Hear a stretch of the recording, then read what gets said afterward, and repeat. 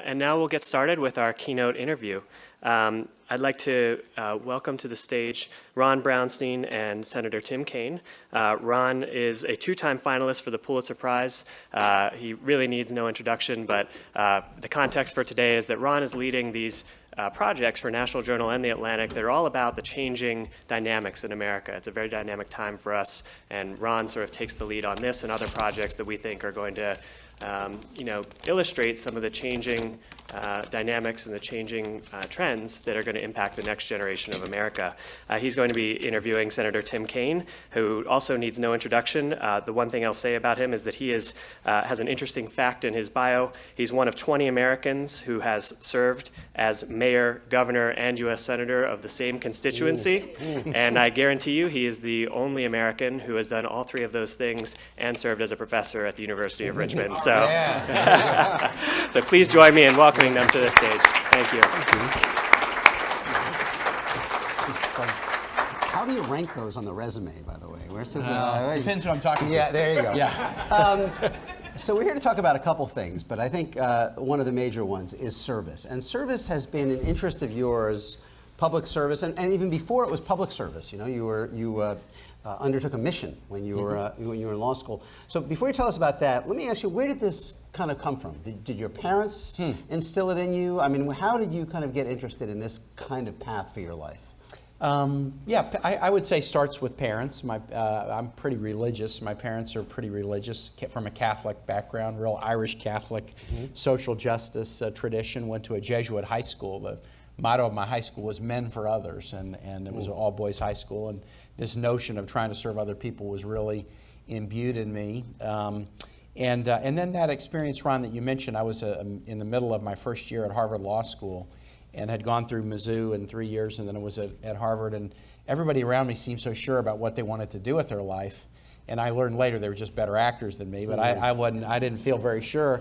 And I just decided I'd take this year off and go learn, big picture what I wanted to do. So I wrote these missionaries in Honduras who I'd been connected with through my high school, and went and did that for a year, took a year off, ran a school that taught kids to be welders and carpenters, became fluent in Spanish. It's been a real pivotal experience for me. I mean, I think about it every day. We just wrote a letter today, sadly, to the State Department. A guy who lived in the Jesuit community where I lived was just murdered over the weekend. He was a journalist, worked for a radio station that the Jesuits sponsored and ran, and there's some indication that he was killed because of his journalistic activity, speaking out against corruption and violence in that community. So we were just talking to state today about this. How did that experience, you said it was a pivotal moment. Yep. How did that experience change you? What was Let me ask you this, who has lived abroad, even for a semester, right? Wow. So raise your hand. Wow. Yeah, so big number. And I think the University, Ed, if I'm right, one of the schools most known in the United States for international programming, imports and exports, kids coming in and kids going abroad. It really changes you in so many ways. I think any experience of living abroad, you learn about another culture, but you learn an awful lot about your own culture and your own self. I had taken voting for granted, just as an example, when I went to Honduras. What year was that, by the way? This was 1980 and 81. And it was a military dictatorship, and it was a very dangerous place in some ways. And I had taken voting for granted as a then 21-year-old, I guess, maybe 23-year-old. But when you go to Honduras, it's a military dictatorship, and nobody can vote for anything, and people are praying for the day that they might be able to vote and pick a leader. It really strikes you, and you realize, boy, I'm registered, but I missed some elections where I didn't vote. And so I came back very revved up about that. It was the second poorest country in the Western Hemisphere after Haiti when I was there, and it's still quite poor. And in some ways, sadly, while it's now not a military dictatorship, it's even more violent today. Honduras not even allowed to have Peace Corps volunteers in Honduras now because it's gotten so violent. And this is a country that the Peace Corps had been a part of it since the very beginning, largely because of drug trafficking. So you think about different people who face different challenges. And I realized that faith and this human spirit is incredibly resilient under the most challenging circumstances. And I learned some very humbling lessons by how gracefully people dealt with the challenges that they faced, that's given me some perspective on my own much more minor challenges through the rest of my life. First world problems. Mm-hmm. How did you find ways to infuse the idea of service into your life once you got back? Before you went into public office, did you find ways to continue? I mean, was it something that you wanted to continue to do after that?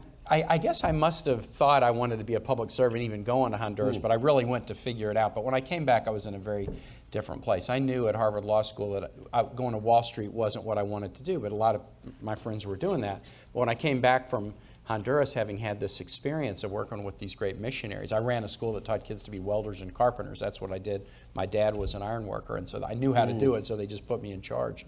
But when I got back, I very much wanted to use my talents, such as they were, to try to help people out. So while I didn't really know any lawyers, I said, well, let me do law as a sort of a helping profession. So I ended up getting into civil rights work, and for 17 years practiced civil rights law here, mostly helping people who'd been turned away from housing, either because of race or disability. Interestingly enough, this was before Ed was here, but one of my very first cases was representing a UR law professor who had been denied an apartment because of her race, and only found out about it when one of her students, this was a telephone interaction, the landlord called one of her students and said, hey, who she happened to know, hey, so-and-so professor just called. Do you mind telling me whether this professor is white or black?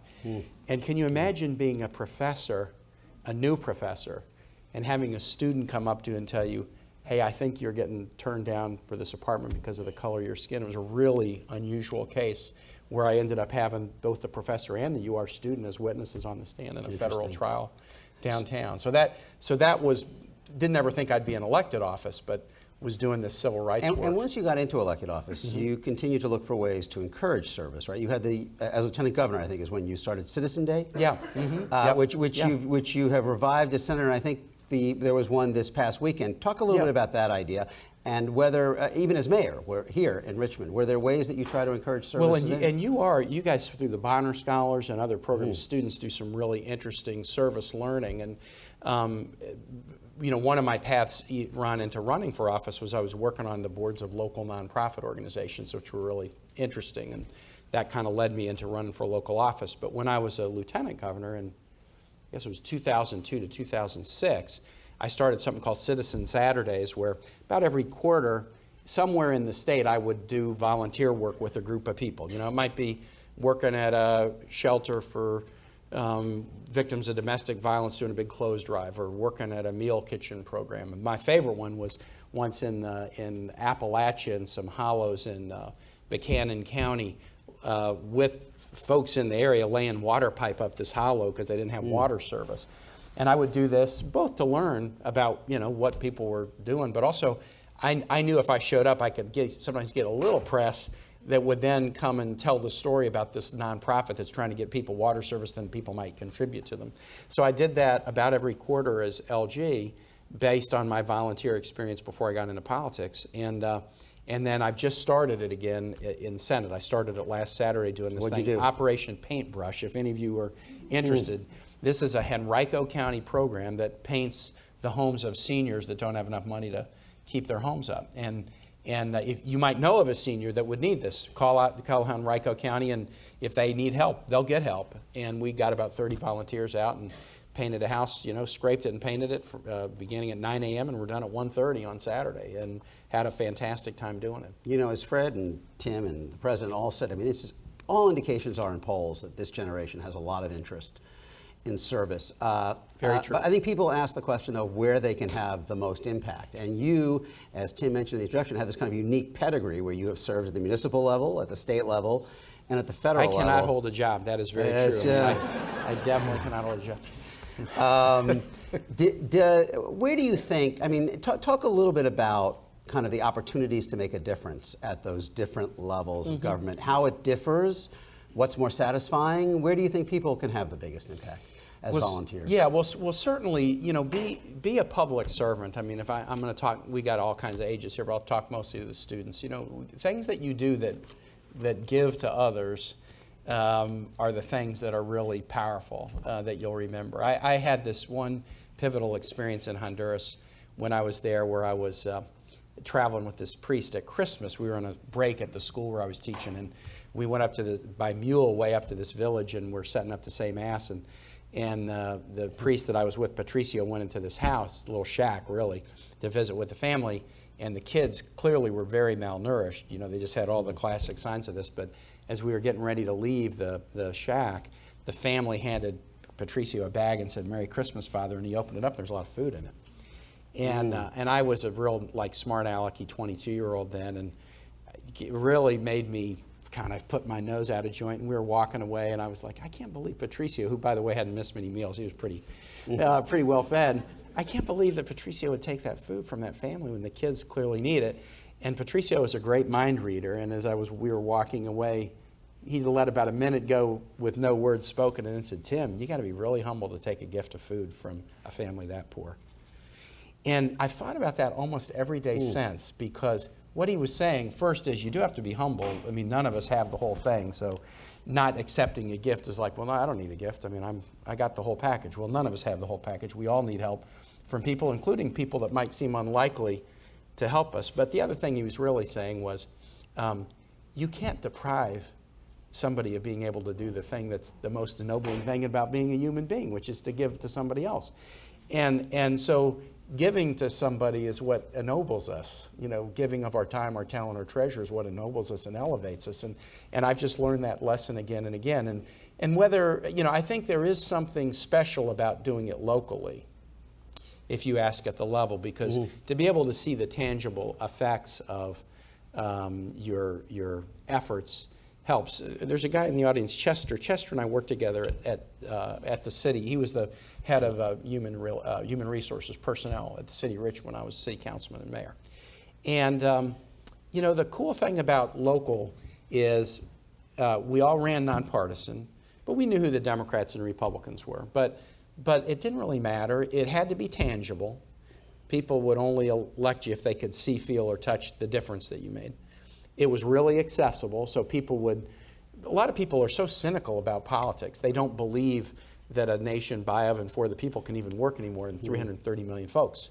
But at the local level, if they can see you in a grocery store and lobby you when you'd rather actually be buying groceries, but you're going to stop and talk to them about the zoning matter, whatever, you're actually making believers as you do it. So it's nonpartisan, it's tangible, and it's accessible. And those are the things about service at the local level that I actually find very powerful. And I sort of think if I'm good at anything in politics, it's because I started in local office in a nonpartisan position, and then, you know, I've kind of held on to some of those traits later. Because we've been watching, certainly, you know, in the time that I've been covering politics since the 1980s, obviously Washington has become enormously more polarized over that period, but really since the 90s, say, the states have become more polarized as well. I mean, when I first started covering politics in the 1980s, the governors very consciously set themselves up in contrast to what they saw as kind of the excessive partisanship of Washington. The states now more kind of follow that model. Look what you're going through here now. Fred, do you think that that's true? Because Fred does government relations in a lot of states. Do you see states more going the way the DC's going? Absolutely.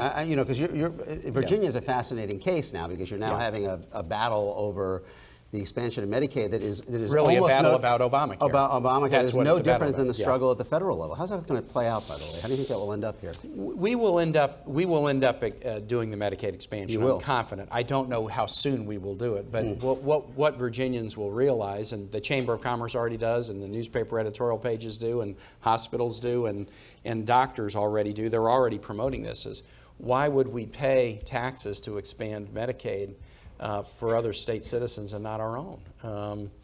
That it's kind of like a weird modern version of taxation without representation, that we are all paying taxes to support a Medicaid expansion, but for people in other states and not our own. So I think we'll get there, but the way we'll probably get there is there has to be compromise. We have a Democratic governor, we have a Republican speaker, House of Delegates. So you're not going to get there just one side saying my way or the highway. The way to get there is to say, we in Virginia will do it, but we're not going to do it just according to a federal template. We can put our own spin on it, our own take on how to do it and how to administer it.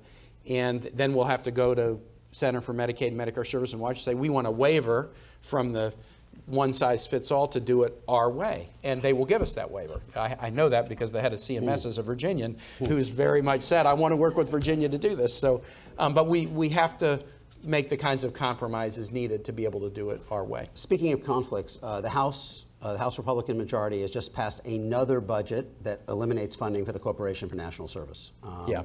And I assume you oppose that. I want to I ask you do. the underlying philosophical question. Is it a contradiction in terms to have a government agency that is designed to promote service? Shouldn't service be springing up naturally? Why does it make sense for government to be encouraging more people to do it?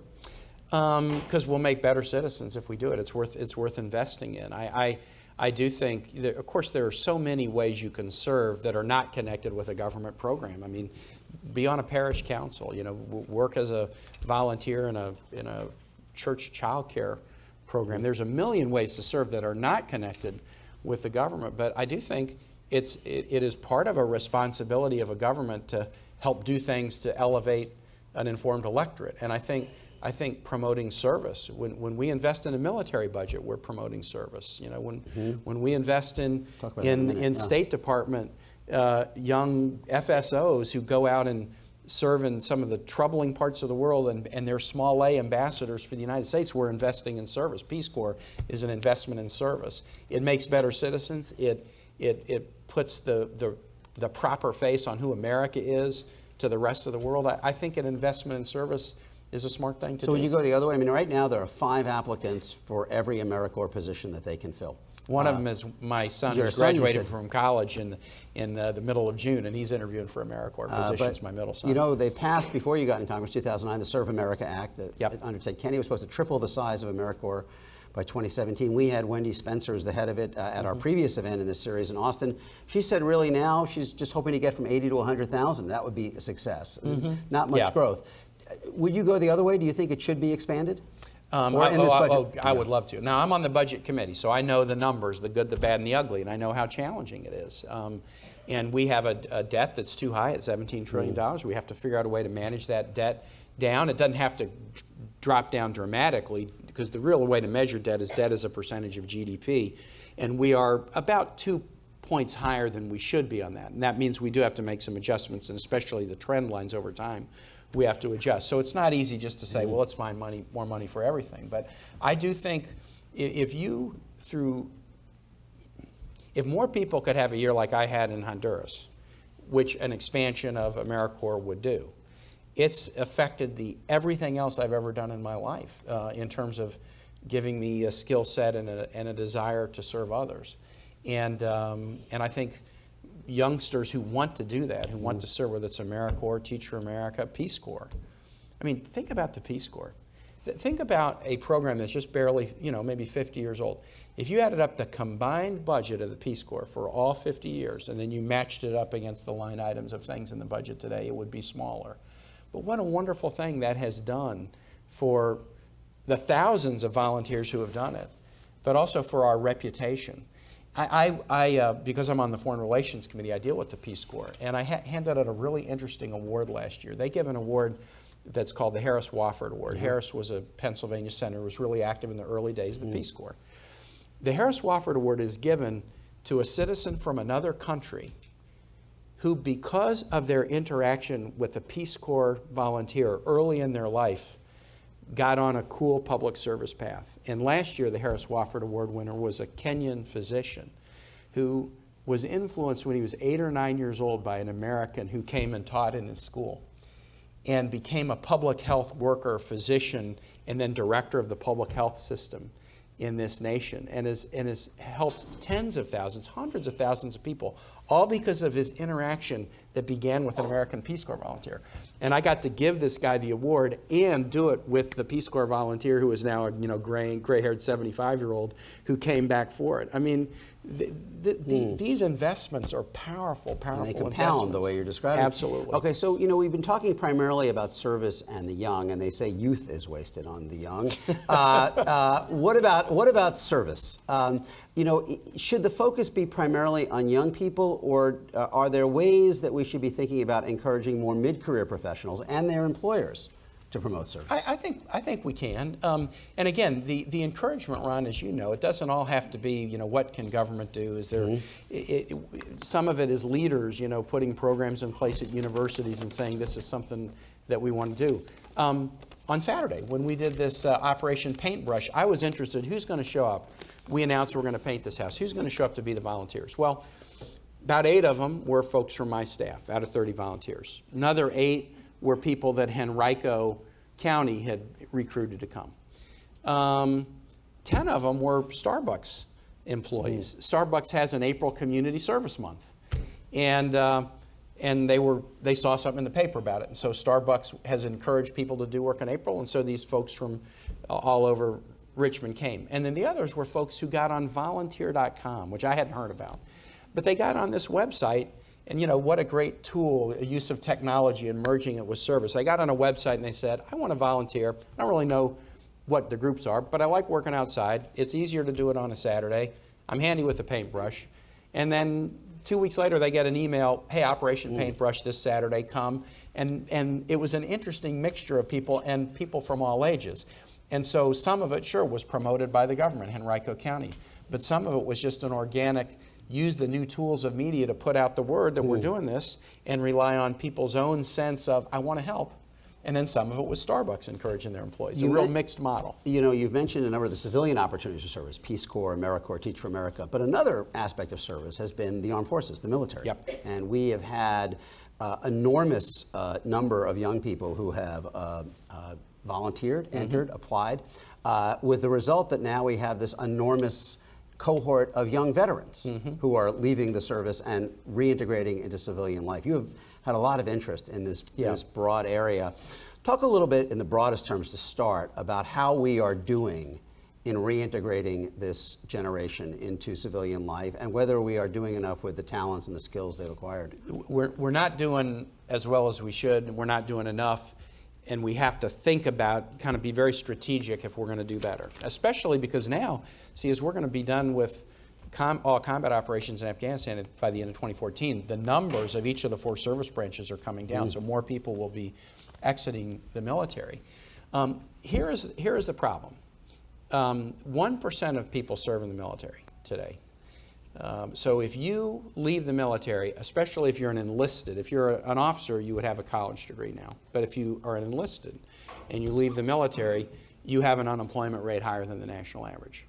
Now, one of the reasons for that is, medical needs or, mental health needs that the VA, and we have to provide service there. But the other reason is you go into a workplace, and if you say I was a gunny sergeant in the Marine Corps, or I was a, 04 in the Navy or whatever, it used to be that in the days of a draft, the person who was hiring you would generally understand, or somebody in that workplace would understand what you did, because all men, not all women, but all men had been subject to draft, so it was a more universal experience.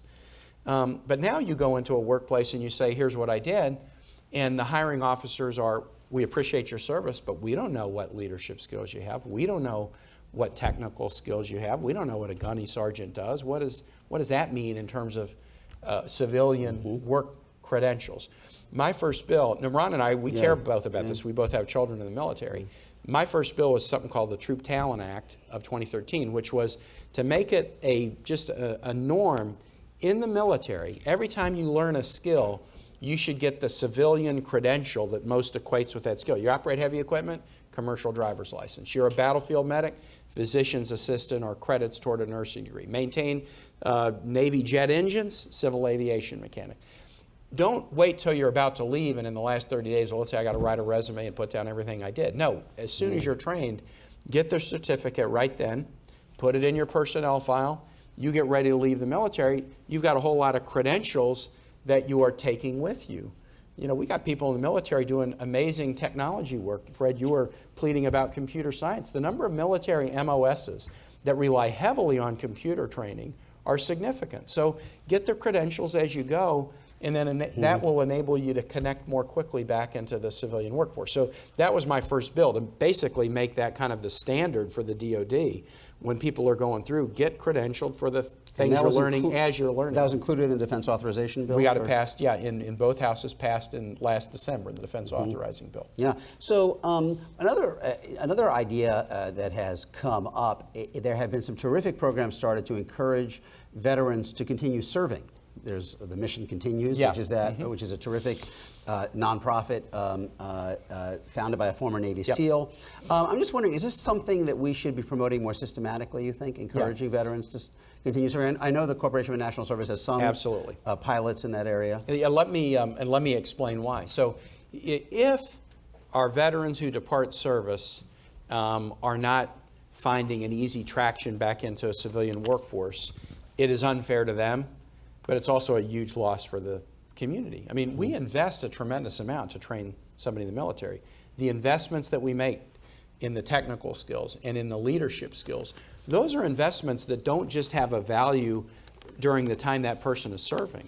The men and women who pick up these skills and leadership talents, that is an investment that we, the taxpayers, have made in them that will have produce a value for the rest of their lives. And so we ought to be figuring out ways to harvest the value of the investment, frankly. People have said this could be, people describe this as another greatest generation. I think it will be. The in fact, experiences they've been through. I don't have any doubt that it will be. Yeah. But again, we have to figure out ways to make that transition back to civilian work easier.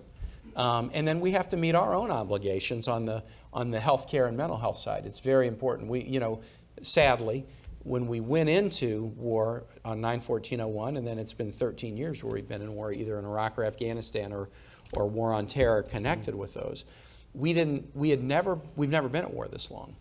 We've never asked people to do repeated deployments of this kind. War has always been horrible, but 13 years of war, you meet people who have had 5 or 6 deployments. We didn't know what that would mean in terms of the lifetime of care or mental health need that would result, or what the family support we would need to do. But even though we didn't know what it was, we kind of made a commitment that we would do it. And so we have to figure the mental health and healthcare side out. But it is also the case that we are going to be tremendously benefited by the skill set and the leadership experience of this huge generation. There's 1.3 million people that serve in the military now. And this generation, of course, it's more than that if you go who has served in the last 10 years. They are really poised to do some amazing things. Let's bring in the audience for some questions. Do we have a microphone? We have a microphone in the back. Let's see, we have a microphone on the side. So if you want a question. I know these guys are shy. I have some of my students out here from the Jepson School. I'm going to start calling on some by name. Yeah, really. Yeah. Do we have anybody? While they're thinking, let me ask you a question. President Clinton wrote an op-ed piece on the 20th anniversary of AmeriCorps with his daughter Chelsea, and they wrote, "We believe that in the 21st century, national service should become a civic rite of passage, that a year of service should be a common expectation for every young American, so the question of where did you serve is as common as where did you graduate high school." They didn't quite go so far as to say service should be mandatory, but it sort of has that feeling. Should there be a mandatory year of service, or does that go in the wrong direction? Well, no, I think there ought to be. You do? Personally, I think there ought to be. Now, I have asked my staff to pull together every bill that's ever been introduced on this topic and writing that's been done on the topic, so I can look and see what has been proposed. And we're engaged in the thought exercise about this now. But I think it would have some enormous value. How many of you ever been to Israel? So if you go to Israel, I was in Israel last in February, and I went out to town Eshkelon that's down near the border in the Sinai with Gaza, and looked at a group of folks manning an Iron Dome battery, which is a missile defense battery that is used because of the firing of rockets from Gaza into that part of Israel. And the folks manning this battery were an interesting mixture of very, very young boys and girls. I say that as a 56-year-old dad with 3 kids. These were boys and girls. but they were learning teamwork, and they were from all over the country, and they didn't know each other before they got there. But there was something really powerful about that experience. And that is compulsory for virtually everybody at that age. There's a different time length requirement for males and females, but they have that as a requirement, and it builds a social fabric. It doesn't just build a connection to the social responsibility, it builds a sense of it's important to serve. It also, oftentimes I meet employers who say, I can get people with the skills, but they don't have the teamwork thing. You know, they got the technical side, but they don't have the teamwork. They don't have the communication. Sometimes they don't have the collaboration or problem-solving skills.